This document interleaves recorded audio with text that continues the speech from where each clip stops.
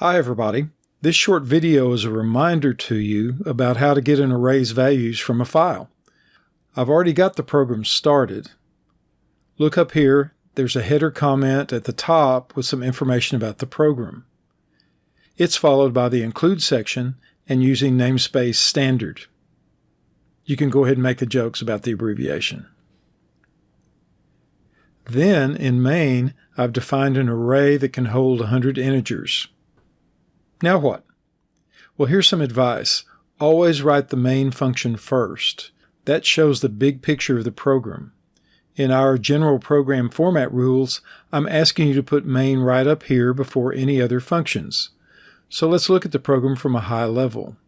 Since it's going to get the values for the array, then print them out, the first function that main will call is an input function on line 14.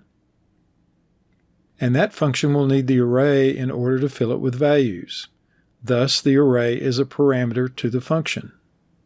Next, on line 15, I'll need an output function. It too is going to need the array in order to print it out, so the array is a parameter to that function also. And there's main, short and sweet. Just think of main as the boss of the program, because it is. It's the function that decides the order in which to call the other functions. But now to put main at the top, we need to put the function prototypes up here so that the compiler will know that these functions will be coming later. I'll do that on lines 10 and 11.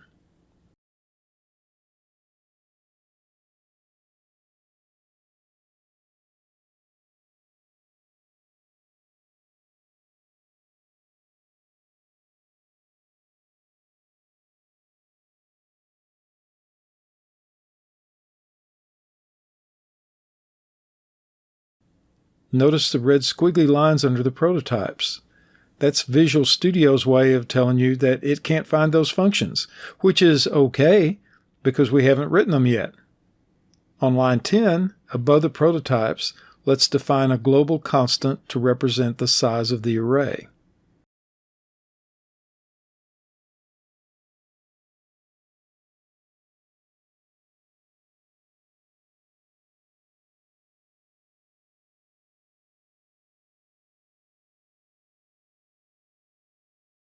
With that constant defined, I can change this hard-coded 100 to the name of my constant. And by using constants in this way, I could later go back and change the value of that constant on line 10 to any value I wanted to, say 1,000. Then recompile the program and it would work for an array of 1,000 integers. Okay, time to write the other functions.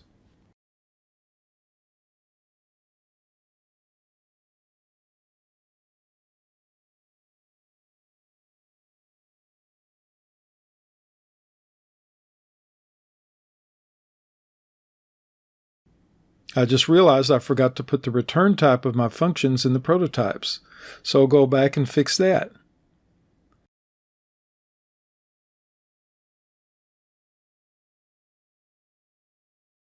And then I'll do the same down here where the functions are.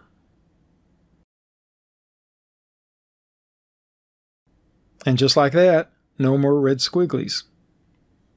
So let's write some code. I know some of you are having trouble with this, so let's try this approach. Pretend like your program is asking the user for these array values. Not going to use a file at all. How would you code that? You'd start with a loop.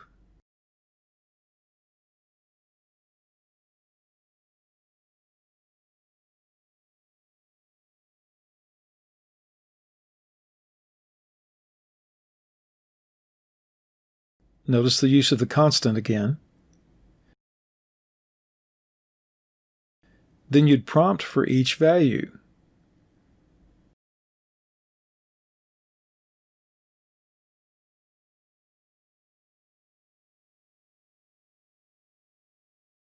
Then you'd let the user type the value in from the keyboard, which is really what CN is. The loop would cycle through all 100 slots in the array and let the user enter all those values.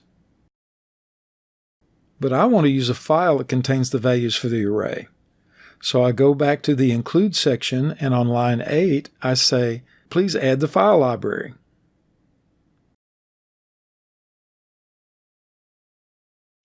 Then I go to the Input function and add an ifstream object to do the input. Keep in mind, all input and output in C++ takes place by using streams of characters. Here we're saying use an input stream.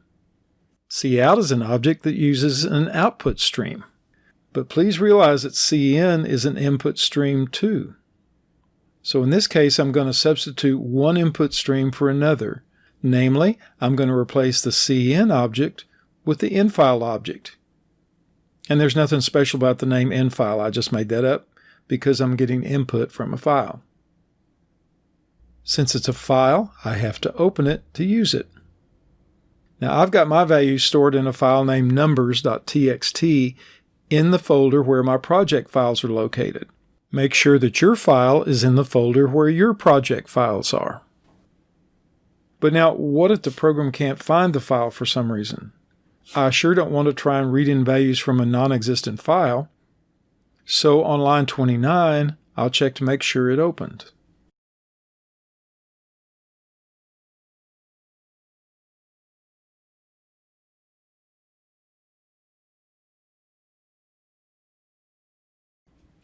After cleaning up spacing a little bit, we see that there's really no use for the prompt anymore since the input is coming from a file and not from the user. And here's the important thing. Since I'm substituting one input stream for another, all I have to do is replace the cin object with the infile object. And my program's input is obtained from a file instead of from the keyboard. Man, you gotta love this object-oriented programming stuff. On line 36, I want to let the user know in case the file didn't open for some reason, so I add an else to the if that's up there on line 29.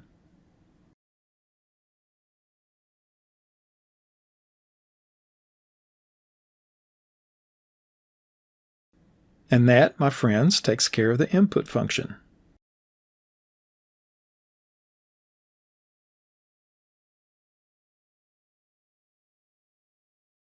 The output function is really pretty straightforward. One more time though, I'll point out the use of the constant and remind you that by changing that one constant on line 11 and recompiling, my program would work with the new array size represented by the constant. As an aside, some of you are getting errors when trying to run your programs. One suggestion is to build your program before trying to run it.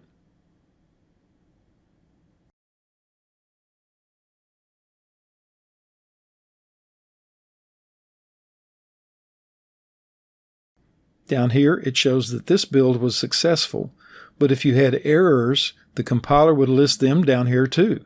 So what you do is go to the first error in the list, fix it, then rebuild, and keep doing that until there are no more errors. Okay, I'm curious. Let's see if this thing runs. I press Ctrl F5 and hold my breath. Looks like it worked. I hope this helps. Thank you all for watching.